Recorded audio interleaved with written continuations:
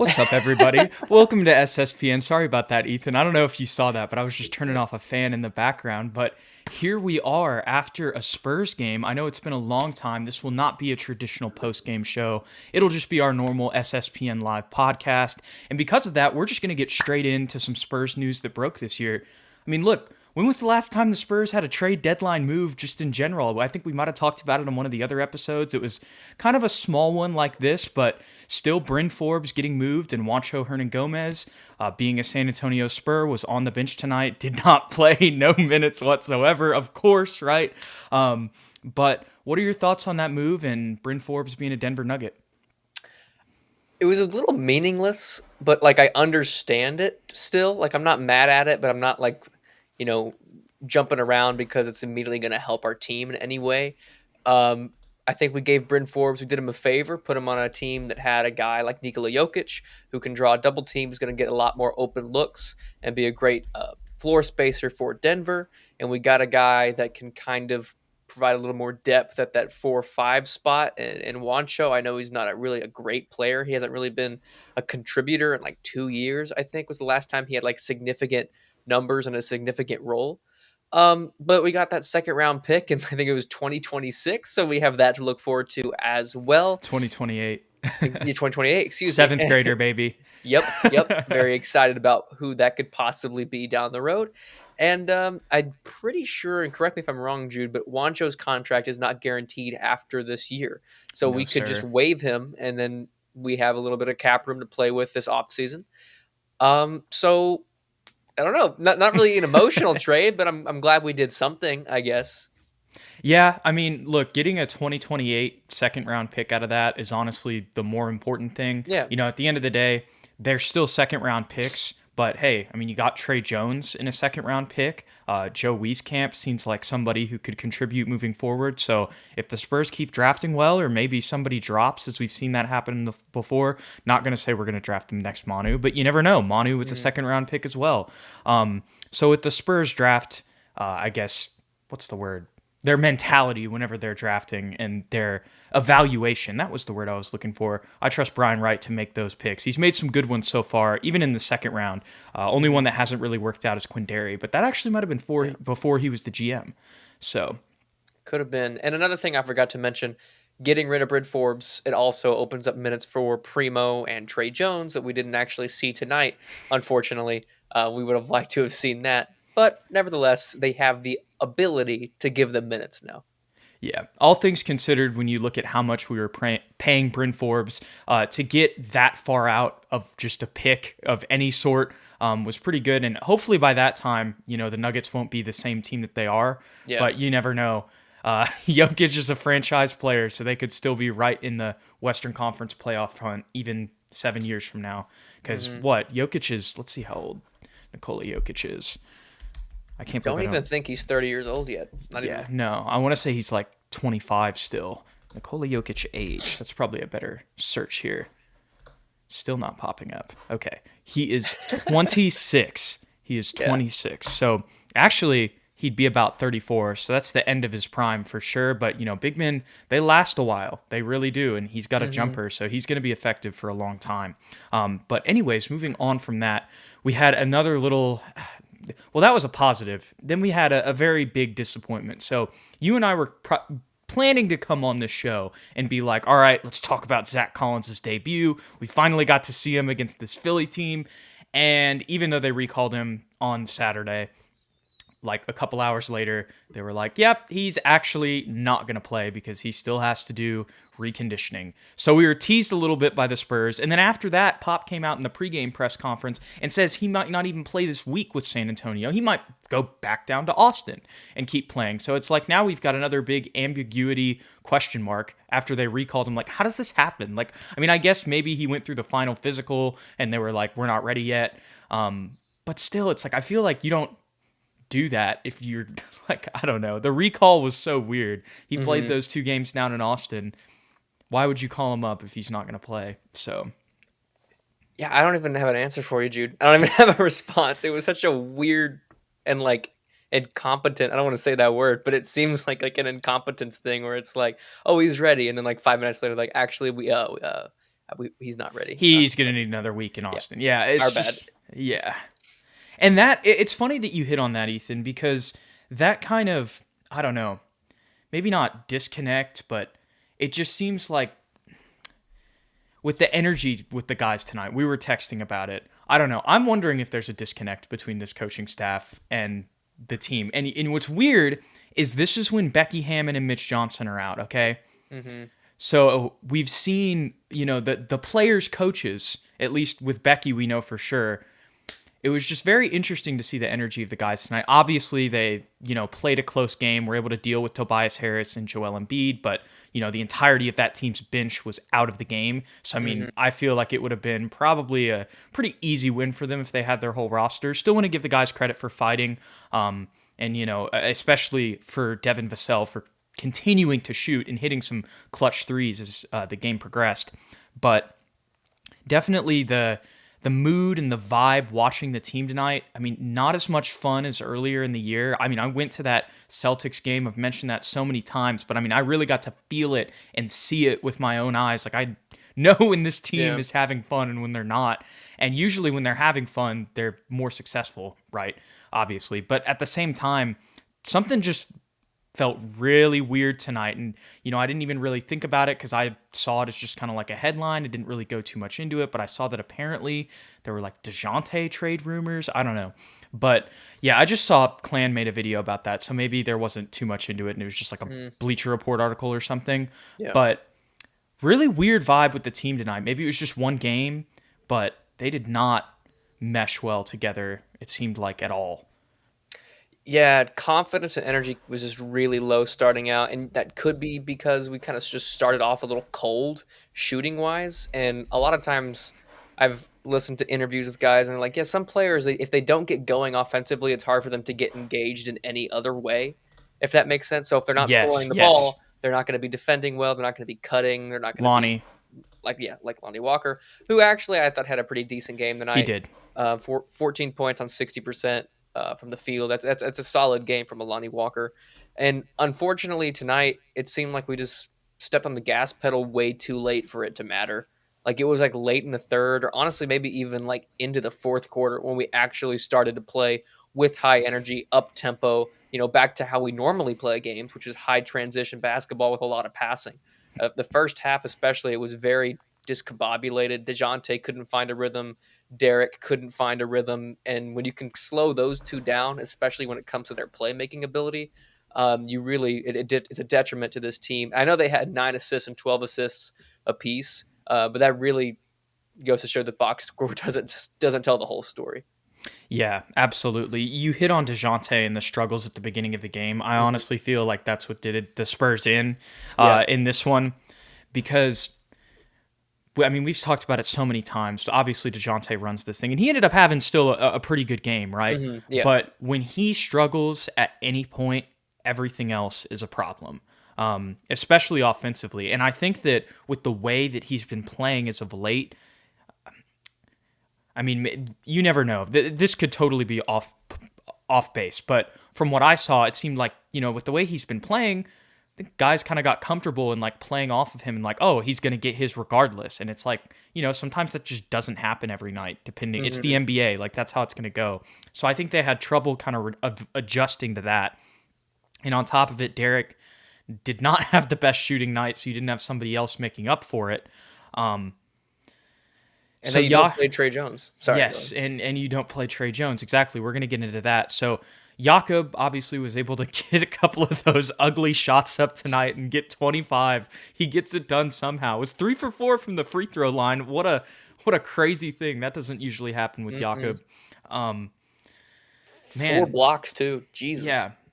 But just there were so many things going on tonight that I know we've been watching them all season and we've had a lot of hope and all that stuff. But I think at this point, not to say that they can't turn it around, because they totally could still make the play-in tournament. That's reasonable with the amount of games left.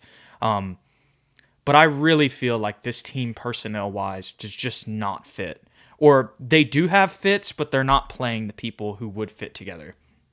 What are your kind of thoughts on that whole thing? I don't really I think Doug at the 4 is just not, it's not working. It's that's a detriment. I mean, you're having Keldon like literally guard Joel Embiid on like rotations Hmm. because that's the only player in your starting lineup who can match up with him somewhat physically when really he's just going to get big bodied still. But like that's very telling when you're watching a game. And maybe, I haven't this stuff has kind of been happening throughout the year, and this is just me kind of really realizing like that part of the frustration, but Hmm. I don't know. It really stuck out to me tonight. And I know it was it wasn't even that bad of a game. You came back in the second half and won both quarters. Like Yeah. and gave yourself a chance. So like they still fought tonight, but I mean, you're running Lonnie off at point and you're running Eubanks there for a little bit. Like I don't know I just don't understand what's going on right now with the rotations. Like we had a consistent thing going, and then I understand people got COVID, but like everybody doesn't have COVID anymore. Hmm. Yeah. So why are we switching rotations when there was a run where they were successful beforehand? You know? Yeah, it's strange. I have 2 points on that. One, let's start off by giving a shout out to Philadelphia because they played a Yes. tremendous game Yes. defensively, especially. Like I've never heard of Charlie Brown Jr. and this guy was just locking up everybody that he Yeah. defended tonight. So that immediately puts like it's way harder for the Spurs to play well when they're playing a team that is this good on the defensive side of the ball. But secondly, I think what separates the Spurs from a lot of other teams as far as rotations and team fit, we don't have a go-to lineup at the end of games that we know is going to work, Jude. We honestly game to game, we don't know what Pop's going to do as far Yeah, as like who's we going to threw play Lonnie out together. there in the final minutes, and I was like, I mean, Yep. not And to we yeah. get super disrespected or to be super disrespectful to him, but like, bro, we need a three. Like, you would still rather have Doug out there at that Yep. point.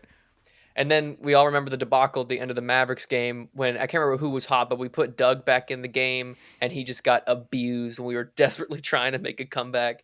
And it just small things like that all year long have really hurt this team. And in all honesty, Jude, I'm trying to think right now off the top of my head, what is like the 5-man lineup that you would say, I'm going to put these 5 out there and we are going to succeed on both ends of the basketball court. To be honest, I don't know if we have a lineup like that. Exactly. Yeah, that's the thing. I mean, ideally, if I had to think about it, Dejounte, Vassell, Jakob.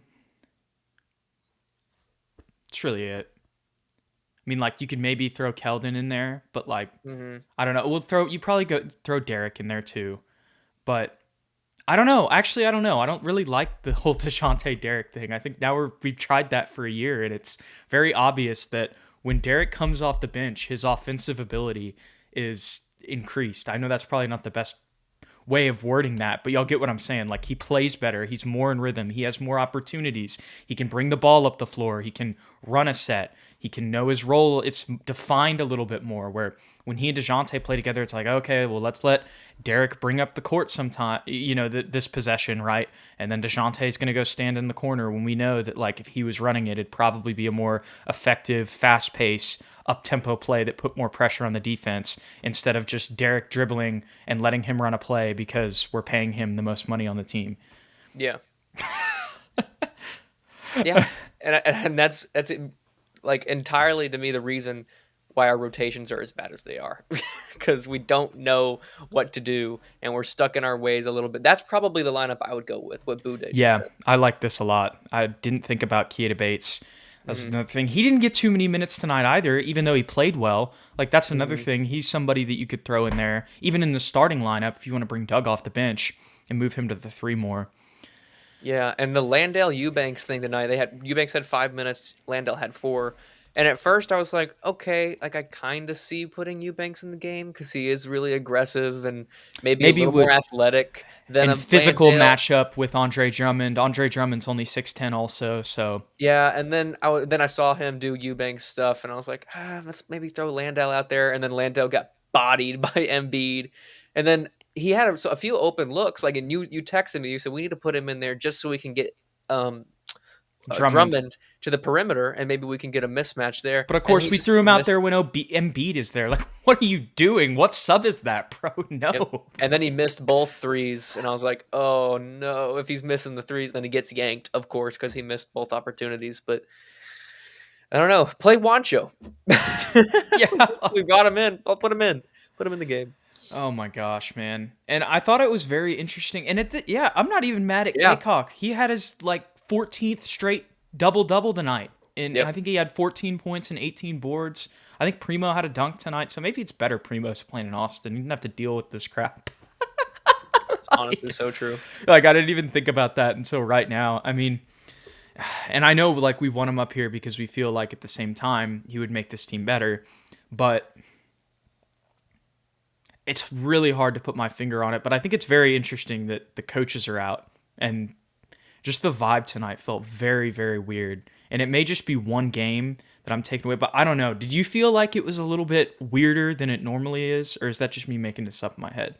Uh, I don't know if I would call it weird. I definitely felt like their confidence was off going into the game, but I honestly thought it was, the mindset of like, oh God, we're playing Embiid, who's on a tear. The Sixers are such a good team. They're 27-19. We're 17-30. We're just gonna get blown out. Why are we even here? Like that's what I thought was. And that's where I feel like there's a problem, because that Mhm. that wasn't there before. That's exactly what I felt too, but I feel like before like the whole COVID spat and everything, even when we were playing teams like that, we wouldn't go in with that mentality. Be like, oh, like Devin Vassell said at the beginning of the year interviews, we're going to surprise a lot of people this year. Mhm. That was the mentality. And now it's like, and I get that, yeah, it's a long season. You're 17-30 and you're beat down a little bit. But like, I feel like you had that mentality and that confidence instilled in you for a reason. And now that's gone. You've got to reinstill that if you're the coaching staff. And I don't think, and I think with Becky, and this is me totally speculating, I think with Becky and Mitch out, there's a little less positivity in there. And that's not to say that like what Pop is doing is, terrible or anything, but like he's Pop, and in that situation, you're going to get criticized a little bit more. And with the way he was in the press conference too, I just thought it was very interesting the way that like he worded the whole Zach Collins thing. He's like, I'm not sure. Yeah. Very, very just interesting comments, and I could totally be reading into them too much, but I feel like there's something a brewing. And another thing, and this is totally off topic, we can talk the trade deadline. I think 3 weeks out is where we're at right now. I forget which insider it was. He's from ESPN, Brian Windhorst. Mm-hmm. He went on Radio Roulette with Rob Perez, if y'all know who Rob is. He's big on NBA Twitter and all that stuff. And I think he worked with like the Action Network for a little bit, or he actually might still work with them, but he worked for somebody else. I think Yahoo Sports. That's how he got popular. And now he's kind of just does his own independent thing on Twitter. But that's besides the point. He had Brian Windhorst on his show, and he was saying that they had a question about the Spurs. And it was actually, I think, Dylan Hunter from Air Alamo who got on the show and asked both of them a question. And he was just talking about like the Spurs trade deadline, basically. Like, what do y'all know about it? What have y'all been hearing? And Brian Windhorst said that he's had a lot of conversations about the Spurs. And that's all he could say, basically, without getting in trouble. But he was like, I've talked a lot about the Spurs. So maybe that was just the Bryn Forbes thing, but it seemed like he was kind of pointing towards like there's a lot, like there's Thaddeus Young, there's Bryn Forbes, because that's what Dylan brought up, and he brought up like other things too. And it seemed like the Spurs have been more active in trade talks. And I also saw, shout out to Spurs versus Everybody, they tweeted, and their prediction kind of with this, and who knows where all this stuff goes, right? We're all just kind of speculating here. But they were talking about how maybe Brian Wright and Pop aren't like in the same mindset whenever it comes to the team. And like Pop thinks, hey, we can win now. And Brian Wright might be like, yeah, I mean, you could build up these guys or whatever. And like, that'd be awesome. But also we could like move them and get, Dejounte some help right now, and then win games quicker. So interesting stuff. Maybe that's totally not the case. I tend to lean more towards them being aligned just because that's what the Spurs have always been. Yeah. But also, I think that Brian Wright is bringing a little bit more of a new, definitely a new energy for sure, and a little bit of a new mindset. But obviously, RC and Pop are still very involved. So it's interesting. It'll be interesting to see how much, I think, watching how the decisions play out in free agency and at the trade deadline, I think that's going to be very telling to see how much autonomy Brian Wright has as GM. I could definitely see that. Good points, Jude. Look at you. Good points. Insider Jude McLaren. I guess so. I don't know. That was all from the Spurs versus everybody tweet. So that was True. Marshall and Greg's idea, but Shout still out at to the same time, yeah, Yeah. interesting stuff for sure. It could be that for the first time in forever, other teams are like, all right, Spurs aren't going to win, so maybe they're more likely to talk to us. So they're the ones calling San Antonio, because I know Toronto was interested in Jakob Poeltl. Everybody's interested in Thaddeus Young. Like Phoenix, I remember, was the first rumor that we heard. And then apparently, I'm sure people are probably interested in Dejounte Murray. I don't think we're gonna give him up, but there's definitely teams out there like the Lakers who would like love to swap Russell Westbrook for Dejounte Murray. Never gonna happen. It's a good But story, but the Lakers are absolutely probably calling the Spurs right now, trying to make that an actual thing. So I don't know if the Spurs will actually make a move, because we never make moves, but I'm sure there are a lot more teams than usual trying to acquire some of the people on our roster. yeah, that's a great point too. Didn't think about that. And I think, but I do want to kind of, I guess, reiterate from the Brian Windhorst thing. It seems like the Spurs were in conversations. Like they were also, like that people were calling them, but in the They're answering past, the phone. yes, exactly. And I think they're also maybe doing some calling too. But getting back to Eric Pacina's question, shout out to you, shout out to Bude, Marco Bed goes on. We appreciate you being in here. But I'm not sure how the Spurs would play Kaycock. I think what they would do is kind of what they did when he was up here in little minutes, and also how they play him down in Austin. They play him at the 4, but they play him next to a shooting big. So here's the thing. Tonight, if you want to play Jock, Kaycock would actually allow you to play Jock a little bit more, because Kaycock is a better matchup for Embiid than freaking Keldon. So, Yeah. and that's who is basically guarding him at that point. So you might as well. You could play him there. Play him at the 4 and then just put in Jock at the 5, so you still have 4 floor spacers. I love Kaycock, bro. He just provides such a physicality that we are desperately needing Yeah, off the that bench we right now. don't have. Yeah, and same with Zach Collins. Okay, another thing. I think we totally forgot about this. We should have probably even opened the show with this. Going back to Zach Collins, despite us being disappointed with him not playing tonight, we did get to see him in the G League twice. So give me your breakdown of what you saw from Zach this week. I saw half of the game, the first game, which he didn't play significantly well, but I think they were kind of just wanting him to get a feel for the game, not really go to him that much. That's the impression that I got. But the second game, I believe he got 22 points, and I watched his highlights, and he looked pretty good. He looked fairly mobile. He looked like he was kind of getting his rhythm back. He had a little bit more. He showed his post moves off a little bit. I think he had a fadeaway, like mid-range jumper that looked pretty nice. I liked what I saw. Of course, it was very limited and against G League players, and he's a pretty safe to say NBA player at this point in his career. So I doubt he will get those kind of numbers when he transitions to the NBA. But I'm glad that he is as mobile as he is and as physical as he is, because that injury is known to slow guys down a lot, and it doesn't look like he's missed a step. If anything, it looks like he's gotten a little faster, Jude. Yeah, I mean, think about all the time you had off. You probably Mm-hmm. just lost a little weight. That'll allow him to be a little bit quicker. Still looks more physical than Jock or Mm-hmm. Jakob or Drew, for that matter. I mean, obviously Drew's very physical, but when you're 6'11", 250, that helps a little bit. I did watch that first game, and I was able to watch most of it in its entirety. And if you look at the box score, it's like, okay, maybe not the craziest game, but he looked good. And specifically, there were some plays, and obviously G League guys, like you said, but his rim protection and swatting stuff. We were texting during this game, and we were like, bro, like our bigs don't even contest sometimes. They just let the layup go up. It's like at that point, like they can't. What are they gonna do? Try to make them make like an over under pass to Joel. Like, you know what I Yeah. mean? I'd rather you force them to do that and then you give up the open dunk than just giving up an open layup where you could at least, and it would be different if like Eubanks wasn't, in the restricted area, basically backing up, having one hand on Drummond, and then the other guy just drives in for the layup. And, like, all you have to do is, like, you're already in a good position. All you have to do is jump, like, not jump into them, just jump up, put that, left hand up, and then at least you're contesting it. And that's the same thing with Jakob, too. And I fault Jakob a lot less just because of everything else that he does. But that's been, like, a consistent thing throughout the year that I was like, wow, how is this not changed throughout the year? But going back to Zach, he was swatting people in the G League, and we've seen him swat people in the NBA in Portland. And there was one possession where he swatted somebody, they went back up with it again, got it back, he swatted him again.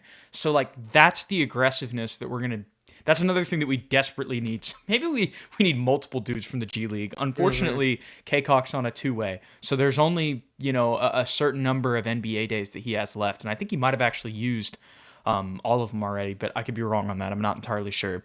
But point is, from Zach's first game, we saw his defensive ability, his physicality in there, and I think that he's going to contest a lot more than our bigs, ideally. I know rotations are still going to be tough. He's going to have to adjust to that, but like you said, his movement, his side-to-side movement that I noticed, there was a quickness to it. Another thing, though, he may look quicker against non-NBA players, but still, I think the G League is as talented as it's ever been. And that's not a hot take. I think that's just facts. Especially with like Ignite and, just the upped pay and the rebrand with Gatorade and all that stuff, right? But the way that he didn't shoot too well in the first game, but was able to get a 3 in the second game, I believe, maybe 2.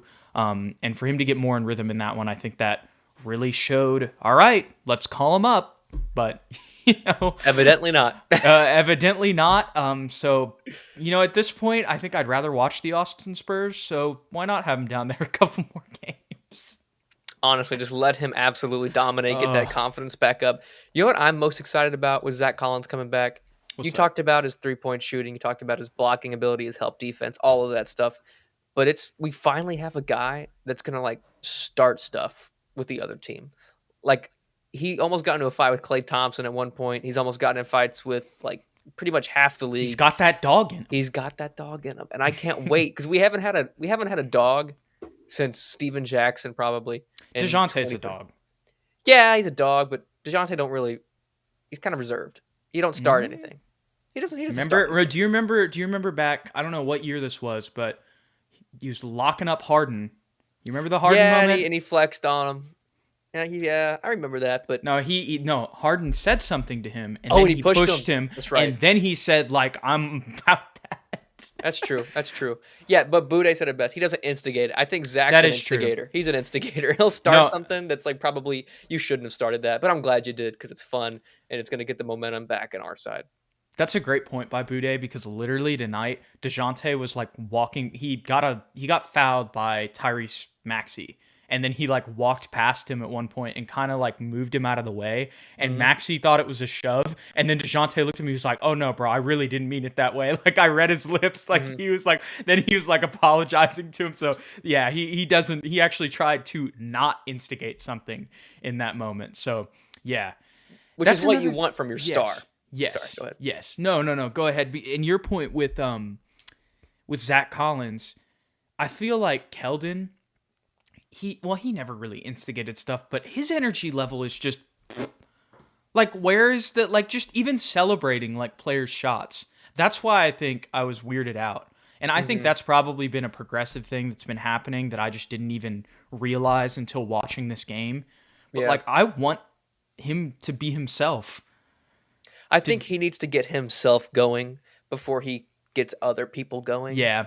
Unfortunately, because like if he gets a dunk, he still screams, and then he'll start screaming for everybody else. But if he's kind of lackluster a little bit and missing shots or not really getting involved, he's just kind of there. He didn't even have a bad game tonight. Is the crazy thing. He played well, but there were so many moments where you felt like he was just there.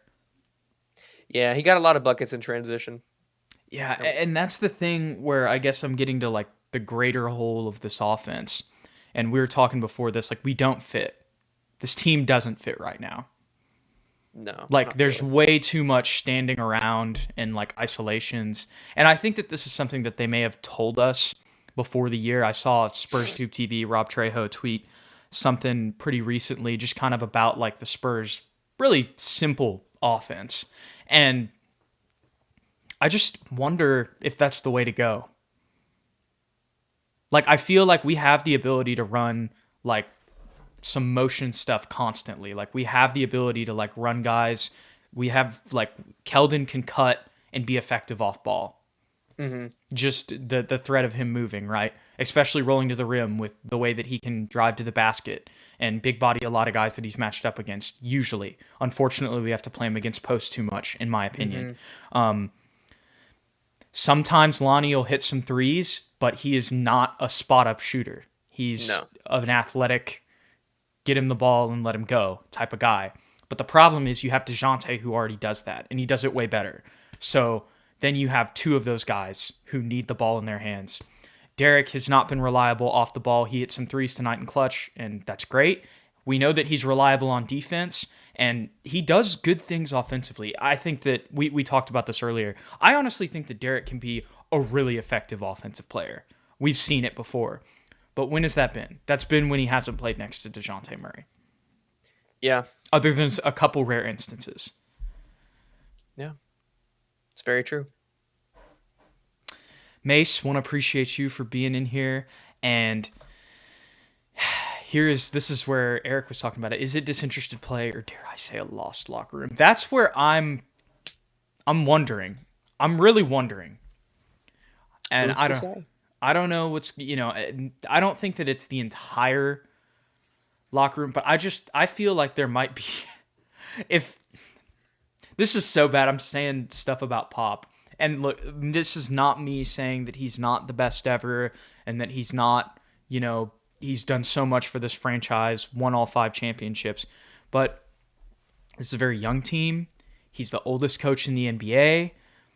I just wonder if he's relating. I'm going to say this. I've never said this on air. I'm not even going to get into the details, but I have heard some things under the record, and maybe they're not, who knows if they're reliable. I think that they're pretty reliable, though, from the story. I'm not going to say how I got it, but I have heard stories about players talking about Pop on this team that they said that he's, a good guy, but at the end of the day, he's just older. And so I just wonder if that relationship, and that's something that I think I wanted to tell you off air that I've never kind of said, and I heard it, and it makes sense. Like, it does make sense. And that's not even to say, like, I think that he could still be effective with this roster. I think there's a lot of other issues going on, but I just really wonder, Ethan. Who knows? And I think that they still like him, and I think that doesn't mean that they're leaving San Antonio or that they even want to leave San Antonio. Like, I think they really like their teammates, but I just wonder if maybe, like, on the other side of this retirement tour, there might be a coach that can utilize these guys in different ways and have different ideas, And it's not even that Pop's ideas are bad. It's just like, he does his things his way, and there's not, and he's earned it. He's earned to never be questioned. But I wonder if there's somebody else out there who could utilize this roster better. Quite possibly. I think another big issue, Jude, is Pop really relies on the decision-making of all of his players. He doesn't give the ball to one guy, really, and say, here, you're making all of the decisions on where this play goes. And aside from Dejounte Murray and occasionally Derek White, who else is a really great decision maker to you?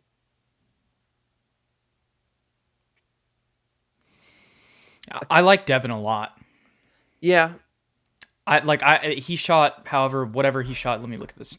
Pull up the box score. He shot 3 for 6 tonight. It felt like he missed a lot more shots than that, but he kept shooting. I love that he keeps shooting. He never takes a bad shot. That's true. But think about the 2014 Spurs, the last time we won a championship.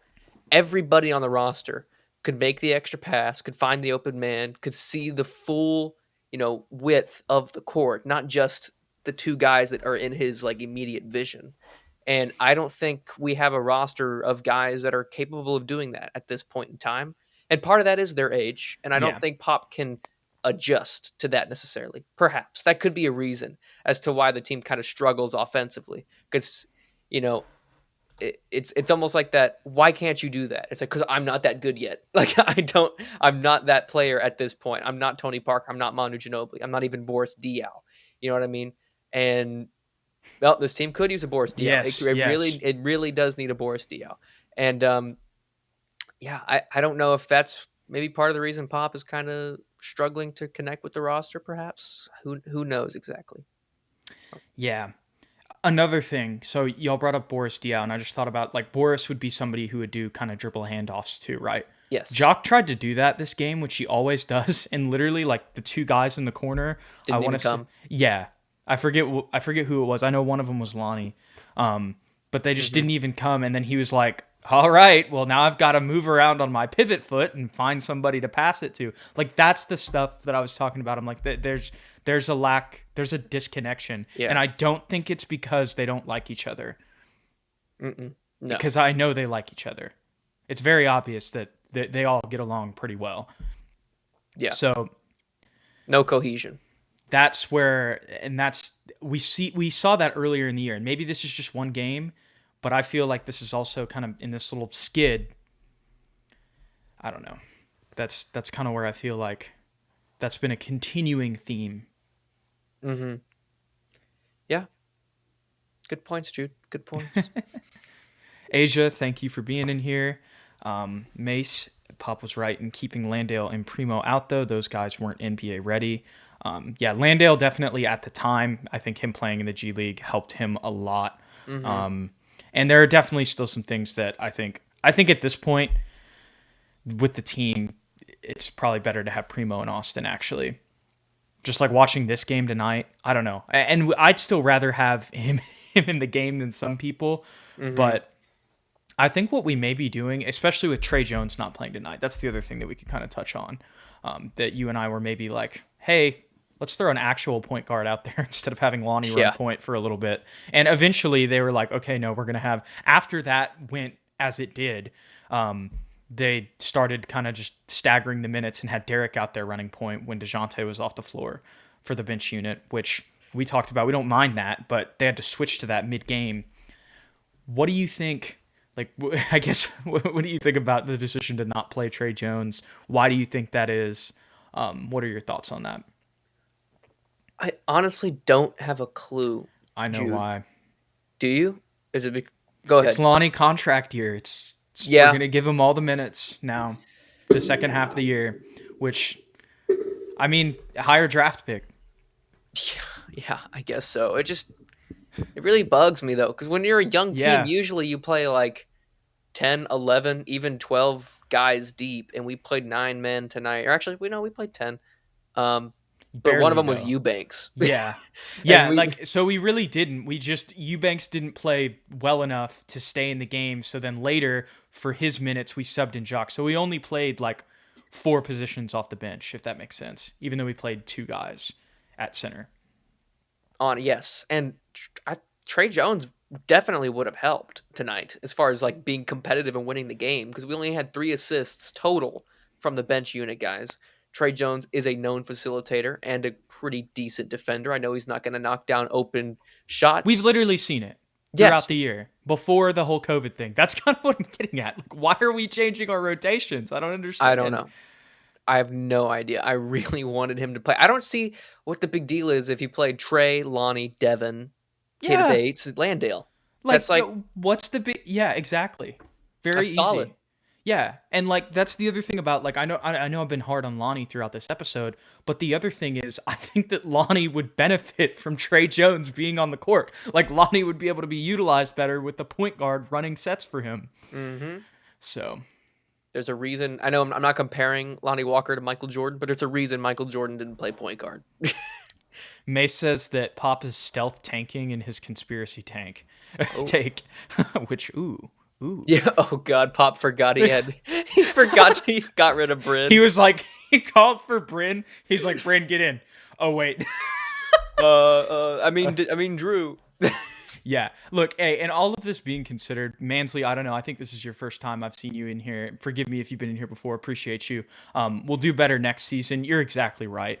Like, this is just me being frustrated mid-season, realizing that things that we thought were fixed are definitely still a persistent problem. It's like all the problems that we had earlier in the year, we're like reverting back to them now. Yeah. Like we're playing Thad a little bit. Like I don't know what has happened. Thad a little bit. We did last game. Yeah, I though. know. That's what I'm saying. Oh like, God. And we're playing Eubanks, like, you know, like what is? We're going 9-man rotation. We're giving Lonnie full minutes. We want him there in the clutch. We're about to trade for Luka Samanic. Yeah, we're gonna cut. We're gonna trade KBD for Luka.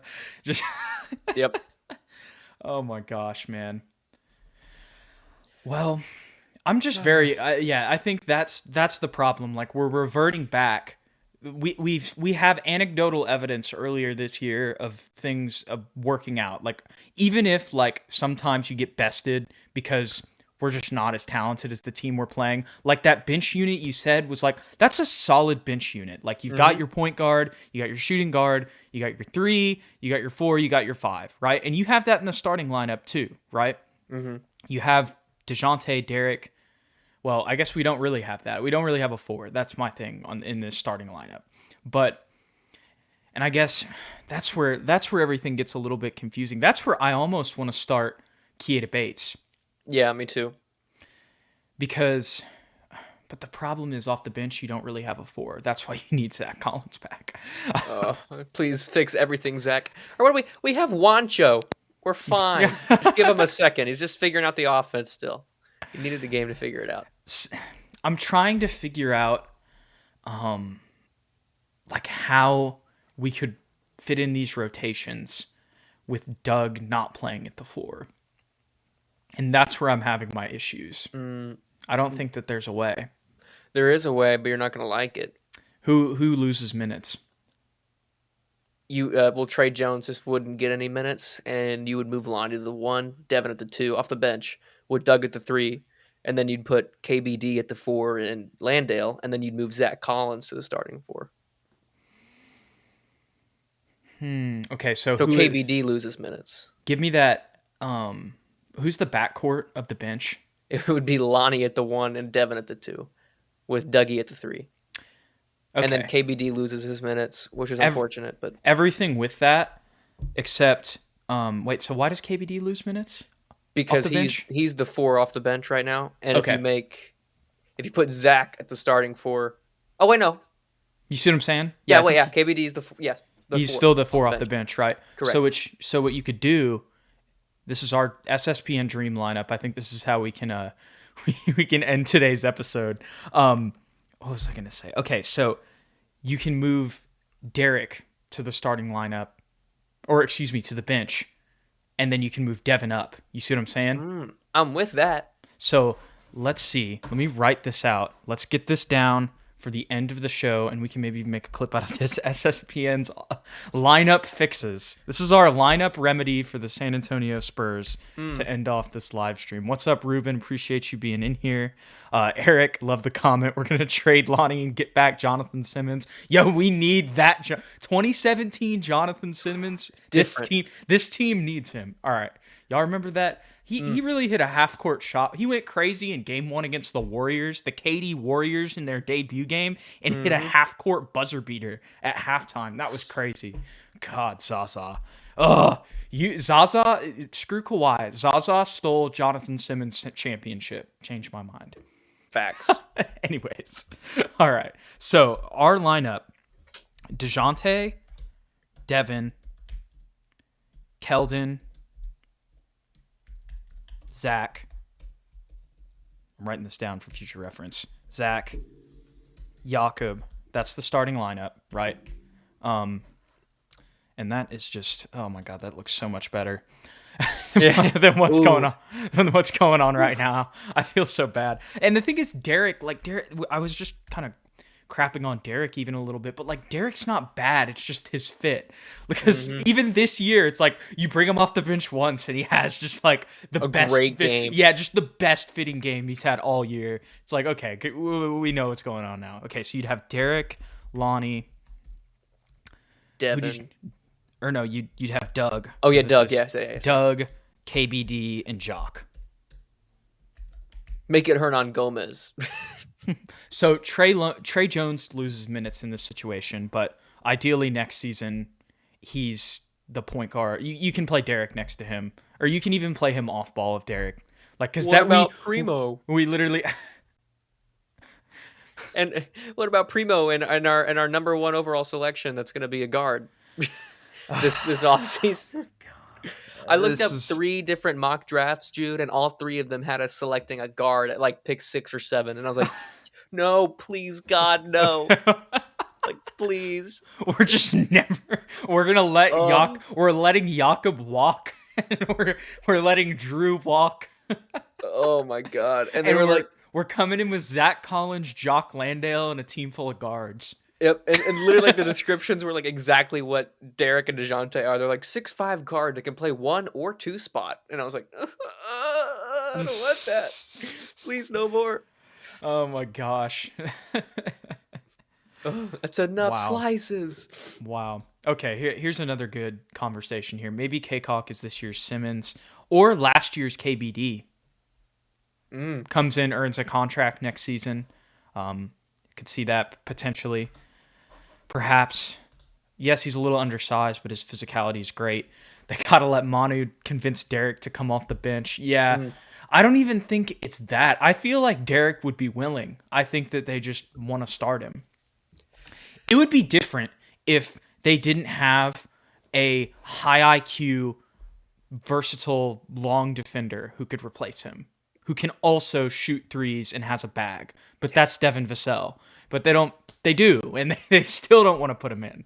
So, man, yeah, I'm with Ruben here a little bit. It seems like Derek is much more effective bringing the ball up the floor at point. White. I don't think we've called him White once. I don't think we have this entire show, right? But he does do better bringing the ball up the floor. And I know I just said, oh, you could play him next to Trey Jones if you want to. But the difference is, like, we've seen that work. Yeah. And I think that Trey Jones, we've seen him as a cutter be very effective throughout the year. Remember at the beginning of the year, we were talking about him and Thad Young. So, like, Trey Jones can be effective off ball, even though he's not like a sniper. And that's another reason why you can play him. Let's trade Thad Young and just get Anthony Davis back, and we'll wait for him to recover from his injury. We'll just keep him out the rest of the year. We're going to trade Thad to the Lakers. He's so coveted. He's so coveted. Thad and Hernan Gomez and the 2028 second round pick. Yeah. The NBA is gonna waive the trade exemption. And Juancho's gonna get shipped again. Oh my gosh, dude. Okay. We're gonna have to. I don't know. We're gonna have to see. This is one game, and maybe I'm just having an overreactionary night. But if this continues and this season just plays out kind of the way that it's been playing out. Which the one thing that has been consistent is that it has been playing out this way. And then what did we say on the TSR stream? Consistently inconsistent. Not only are we consistently inconsistent on the court, except for Dejounte for the most part, and Jakob, and Devin, really. He's been those other than those 3 guys. And the next big 3. Now the coaching staff is inconsistent also. Now we're going back to the same things that weren't working at the beginning of the year just because why not, I guess? What Bryn Forbes was just the glue. We didn't he was so important to the locker room. Bryn got traded. That was it. I didn't realize it. This was the first game without Bryn, right? Or was there no, we had a game Friday, didn't we? Yeah. But I think this was the first one with it finalized though, because there was remember that Spurs announced it wasn't finalized. You might be right. I know this was the first game that Juancho was on the bench. Yes, that is for sure. This was the first game with Juancho, so and I don't even think it's Juancho's fault, but it's Juancho's fault. We're He gonna just came blame. into the locker room and he was just like telling everybody the truth. He goes, "You suck, you suck. You're overrated." And everyone was like, "Oh God, he's right." And then it came out all low energy. They're like, "What's up, man? You excited? We're excited to have you." He's like, "I'm not excited to be here. I can tell you that much. I'm not- I'm excited for my contract to get waived in June, so I can go God. sign with the contending team and ride the bench there. Oh God. That'd be better." I so hope that's true. I so hope Oh, that what we just said happened. I know oh it my didn't, but like gosh. that'd be so funny if it did. Thaddeus Young just like nodding his head in the corner, like, yeah. I'm We've glad been on somebody here said. for 50 minutes, and I feel like I've just been trying to like pinpoint what the problem is. There's not one problem, Jude. Yeah. It's gonna take a couple years here to fix these problems.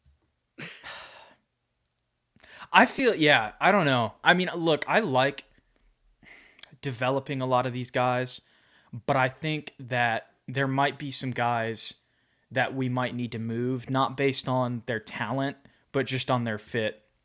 Because we've got to build a team that plays together. That's the thing that I think the Grizzlies have done really well. Like, and Kyle Anderson. this is where it comes to like drafting for need over drafting like just the best player. Yep. Like, there's times where you draft the best player. Like, I think this year, Primo, that's the pick for sure. 100%, that was a good pick, especially with the way that the roster is set up and with guards going out, right? Theoretically. Imagine Lonnie a max. imagine Lonnie just gets the bag. Oh God. Oh Lord. I don't even know where I was going with that because of that. But okay, no, you got to have a balance with drafting for need and drafting. Like, yes, you want to always draft the best player available, but you've also got to draft something that fits with your team. Like, not only do you need to draft a player at a position that you need, but you need to draft a player that can play with the guys and complement the players around them. Like, really right now, Keldon, he is tremendous improvement in three-point shooting this year. But when I'm watching these games, Keldon does not complement Dejounte Murray.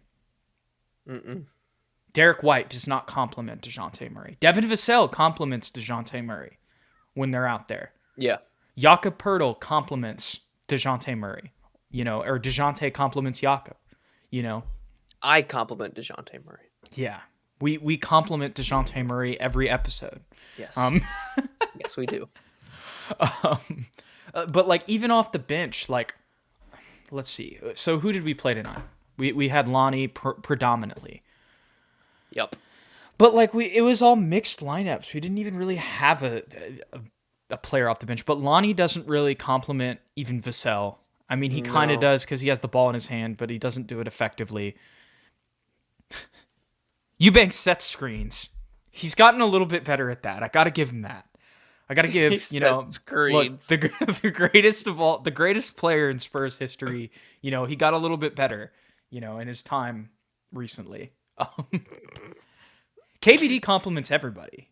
That's true. He's a glue guy. Yeah, and Trey Jones would compliment a lot of people on the bench. Like Trey Jones would compliment Lonnie. He would compliment Vassell. Yeah. Jock Landale compliments other players because he can stretch the floor and he can do dribble handoffs and actually run stuff. So, yeah, I think now here's the question with the potential DJ trade rumors. I don't think there's any legitimacy to that, but I think the one thing we've learned this year is this. I think this. Shout out to Ruben. The Spurs need to start building around DJ. Yeah. Because I think he's proven that he can at least be, like we talked about it, like a Paul George type player. And that's like, I think, floor. I think he could maybe be better than him. Like overall, but he is a 1-2 guy in my opinion, from what I've seen from him this year. I know a lot of it's empty stats, but I think we've been watching Dejounte long enough to know he's a baller. That he's a dude. Yeah. He's a dude. He is, even if he's not an all-star, like this year, all-star level player, I think hopefully he will be an all-star. I don't know. At the very least, he's a dude. Yes, right, exactly. He's a franchise guy. This is the point. He's a dude. Make sure y'all go vote for dude in the chat. Yes. Dude of the year. Please. Dejounte Murray, dude of the year. He's a doy. But we need, this is the conversation. complimenting Dejounte Murray. You know who I think compliments Dejounte Murray? Josh Primo. Yeah, well, another guy that I forgot we were apparently in talks to acquire. Who? Domantas Sabonis. So is that like an actual? Yes, that he That's does. a rumor. Okay. But I don't know if there's any validity around it. I just remember He is getting shopped right now. Yes, he is. So is Miles Turner, and so is I think Brogdon. I'd trade Jakob for both of those guys. I'd trade Me Jakob. too. I'd trade Jakob and Lonnie and like a second round. At this point, you don't want to give up this year's first round pick just because it could be really nice. But Yeah, honestly, not this year. I don't know, man. Because if you could get Sabonis, tell me about this.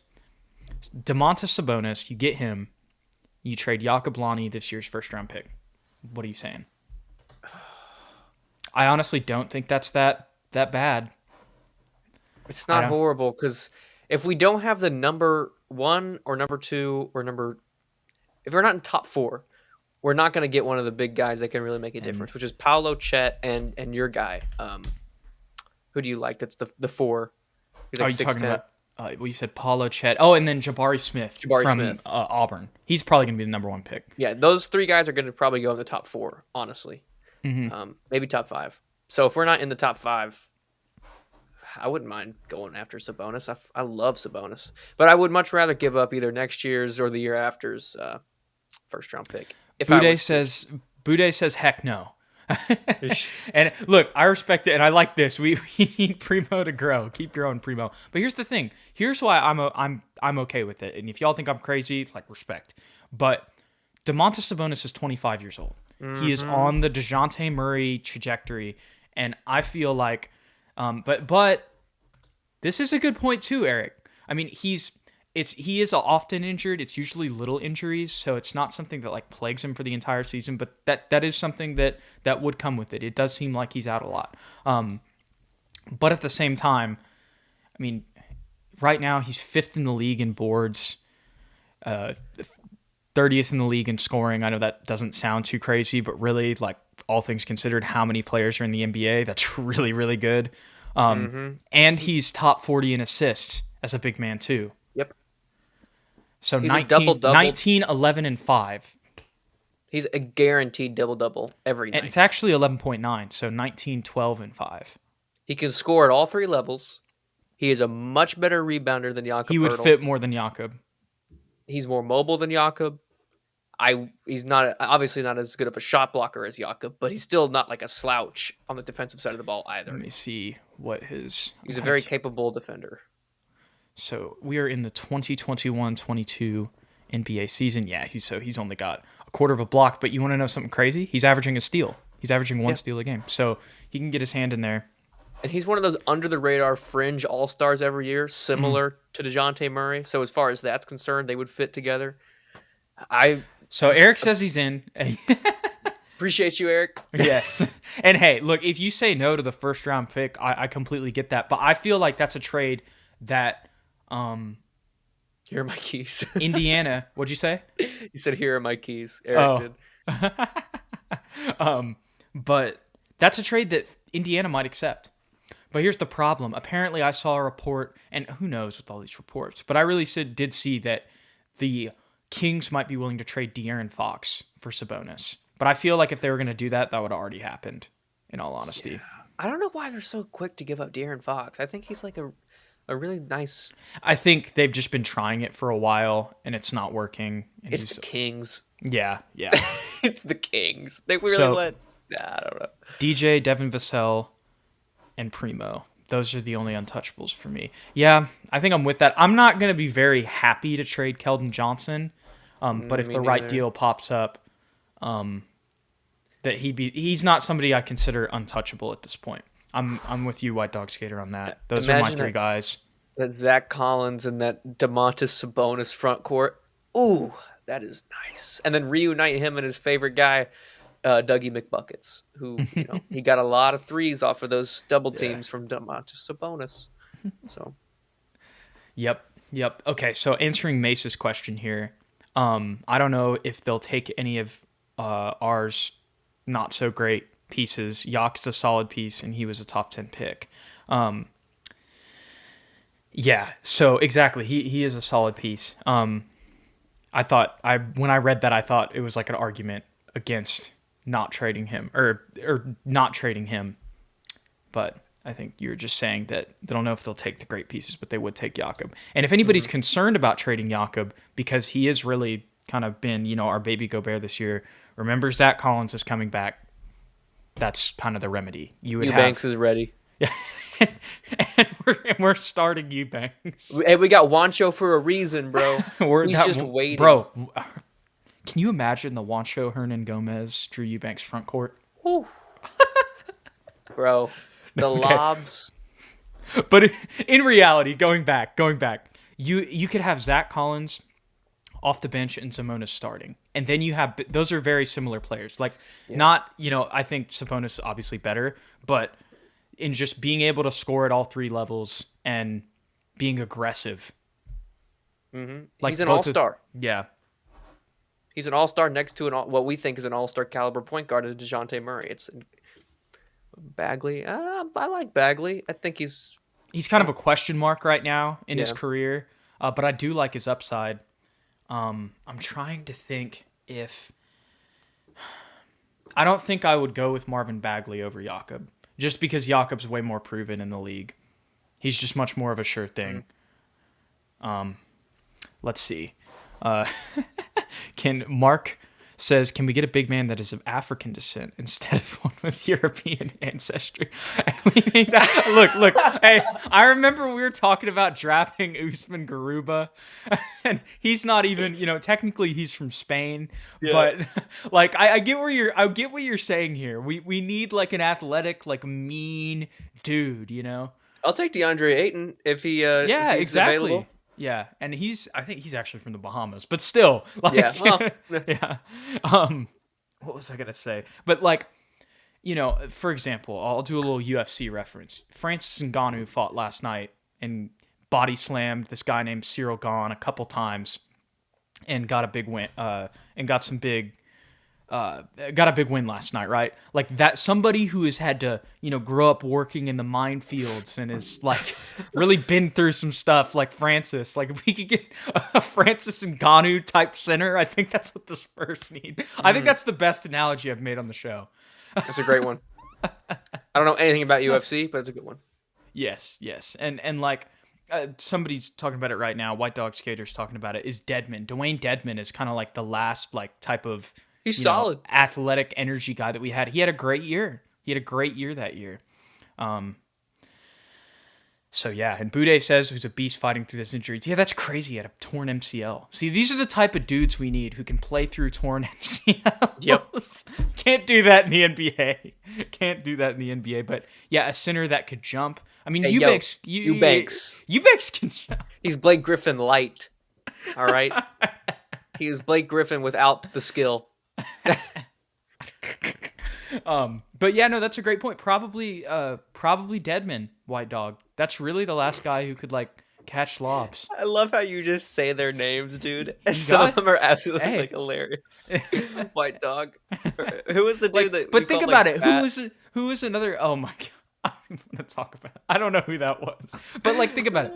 Who was the last time we got a center that could actually jump? Tavares, bro, you got to watch the games. Eubanks has literally caught lobs. He caught a lob like 2 days ago from Dejounte. He had 4 boards tonight in 5 minutes. Anyways, he jumps. Yes, he doesn't do other things very good, but he has a higher vertical than probably any of our other centers. But anyways, when was the last time that we got a center that could jump? Because Eubanks doesn't play. So other than him. Like Dwayne Dedmon is one, but before him... Like, Aaron Baines. DeJuan Blair, like... No, he couldn't jump at all. DeJuan Blair couldn't jump. I love DeJuan Blair, but that dude was like... He could dunk, though. He could, but he couldn't jump. Like, he wasn't a leaper. He was just a tall guy that could kind of get up a little bit. Like, I can't think of anybody. I feel David like Robinson. Yeah, I mean, Dennis Rodman, like... Rodman could have... Yeah. No, and exactly, White Dog. Eubanks, not 7 feet tall. Exactly. So we don't have a high leaper. Jeff Ayers. He had some hops. Yeah. Yeah. I can't. I'm Yo, trying to Thaddeus think Young in his day could get up. of Antonio McDyess. McDyess is nice. What's the Yes. Alberto could jump. Fabricio Oberto. Fabricio. Eubanks is basically lesser version of David Lee. Hey, David Lee had a couple nice games on his days in San Antonio. Oh, he came out. It was his last season, Yeah. after playing with the Warriors for a while. He had a good year that year. Scal. I'm forgetting somebody. Like, we had somebody at center, not Tiago. Who did we play? I know we played Dwayne Dedmon next to LaMarcus a lot, but who was the primary center that played next to LaMarcus? I know eventually we started playing LaMarcus at the 5. But it was Timmy a lot. Who was after that? The year after that? Powell. That's right. Old Powell. Okay, yeah, Powell could not jump. Nope. Man. I miss Pau Gasol. He was so average on our team. He was really good with the Lakers. At least he would hit threes in the corner. Yeah, he could knock down some trays. Danny Ferry. Oh gosh. Oh my lord. These comments are great. Y'all are doing great. Derek Anderson on Sean Bradley. Hey, yo, Kyle Anderson. Let's bring him back. I know he's not a center, but let's bring him back. Yeah, he's somebody that could actually play. He could play the 4 and kind of play the role that Doug does, but he can't better. shoot as well, but he can do everything else better. he still can make open threes. Yep. Hey, yo, Bobo had a little bit of hops. David West. David West, that's probably he was the last dog. We have I remember he really came for the Zaza year. Oh, dude. I think he went right back to the Warriors. Yeah, he went straight to the Warriors. He was like, screw this. He knew what was coming. Brandon Paul. Oh god. BP3, baby. Yikes. Oh my gosh, I feel like the last of this episode has just been us laughing, trolling about it. Yeah, as Diamond G, look, I've been very critical this episode. Lots of negativity, but there's a lot of room for improvement. We got to finish this year out. Malik this Rose. Is how I felt tonight, but sorry, I'm still spitting out you're names. good. Malik No, I love Rose. it. I love it. Gary Neal. But this there's still room for improvement for this team. So let's Tracy McGrady. In 2013, he was on our playoff team. Try to go get a last chip, and then we lost. Nando DeColo, baby. Oh, he was nice. Rasho Nestrovic. Yeah. There was another Nikola something. Milutinov or something like that we drafted and we never got him. And we stashed his rights. He never came over. And I remember hearing it. Because we traded him, didn't we? No, we didn't trade him. We just renounced his rights finally. Yeah, we were like, who's Nikola Milutinov? I think actually we traded his rights to somebody else, but he's still he never came over. It's and so it was angering. I remember kind of being excited about it because Me I too. want to say it was like a 29th pick, I think. It was, it was like a legit pick in 2016 or something like that. Never came over. We never, So, to Nasser Muhammad. He was with us. I forgot him. Matt Bonner. Ooh, Matt Bonner. Oh my gosh. Lord. All right. Well, let's wrap this thing up here. We appreciate you guys. Jerron Blossom game. That was the one that got away on God. Jerron Blossom game. Shout out to him at Clemson. He was fun to watch. But thank you guys so much for messing with us here, having some fun with us at the end of the show. I kind of came in a little flustered, I feel like, throughout this one. So I appreciate y'all sticking around. I appreciate y'all talking Spurs with us. I appreciate you guys listening to us. If you want to stay updated on all the latest SSPN stuff, we're probably going to be here. We can talk about it on the show right now. You cool with most Sundays that work, just doing a live around this time? I got to talk to you after the show. I'm kidding. Yeah, that works. So follow us on Twitter at Ethan_Quintero, at Jude McLaren. Don't forget to like and subscribe if you enjoyed this. Share this with your Spurs fan friends as well if you enjoyed. And we appreciate you guys being in here. Had fun. It's been fun watching here than watching the Spurs earlier. That's how I felt as well. Mark goes on. And Bude, thank you, my man. Appreciate you being in here. Same with Eric Pacina. Y'all are the OGs. Keep coming back. We really appreciate y'all. We're in school, but we're here. Mace talked about that all earlier. So thank you guys for watching. We'll catch y'all on the next one.